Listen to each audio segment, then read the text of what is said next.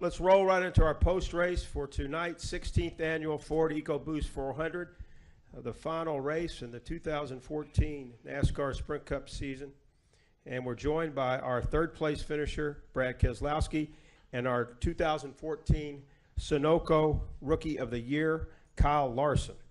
I'll start with you, Kyle. Congratulations on an outstanding year. Maybe just sum it up if you can. It's probably going to be hard too. You just got off the racetrack, but if you could, just look back at this year and what stands out for you. Well, there's a lot that stands out. We were really competitive, all season long with the target team, and came really close to winning a couple of them.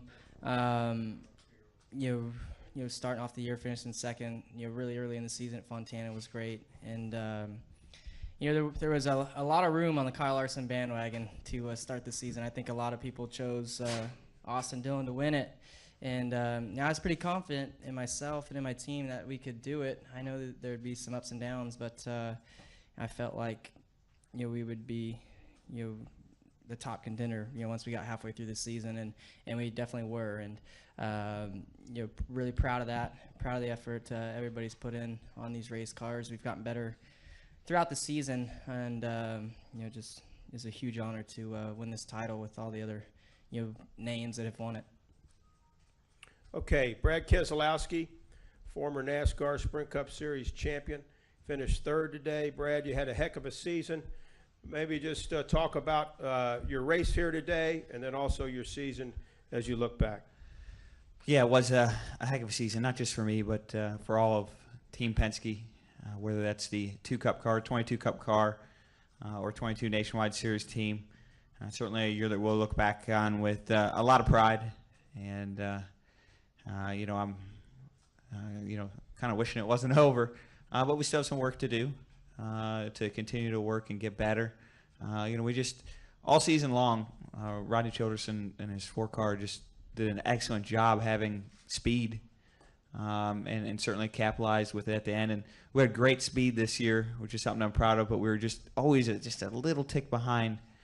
I think in the end they leveraged that very well, and we have to go back and work a little bit harder and find a little more speed and try to keep up with that. But like I said, all in all, an incredible season for us, and something we're really proud of. And in some ways, I hate to see the season come to an end, and I'm honestly ready to be at Daytona next week for the 500. But it's probably not the most popular comment in the world, but sometimes I'm not the most popular guy. But I'm happy with the year, and I think everyone has a lot to be proud of. It's just a great season, and really not just for Team Penske, but for the sport. So I'm proud to be a part of that as well. We'll take just a couple of questions. Any couple of questions for either Brad or Kyle? We'll go here with Nate, then we'll go with Jim, and we might take one more. Nate Ryan, USA Today Sports for Brad, if Kyle wants to address it as well. But first for Brad, on your left, you said great season for the entire sport. Evaluate the chase format. I mean, did it do what you wanted to do, what you expected? What I wanted to do is grow the sport and put us in a stronger position for years to come. I'm not really looking at it in a short-term perspective, so I can't say that I have the answer for that. I think sometimes we get caught up in too much of the rhetoric around what a champion should reward, whether it's consistency or wins and those things. I think I might be a little bit too close to the fire to provide a objective answer. But really, all I care about with the format is that it takes the sport to another level for years to come, and I think the jury's still out on that, but it looks like it's going to be good. But that's the whole point, and that's what I think everyone has rallied behind, is a format to grow the sport. So I don't really have an answer for you in that sense until I think we see some numbers for good or bad, but I don't have any complaints either. We'll go to Jim, and then we'll finish right over here. Get Jim a mic, please. Go ahead. Jim Utter, Charlotte Observer for Brad. Not so much the format, but this particular race. Probably haven't seen a race with this much intensity, like probably since Tony won with Carl.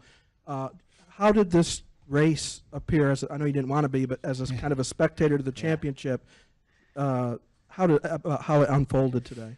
Yeah, it kind of unfolded rather conveniently for a great finish with a lot of yellows and pit strategy.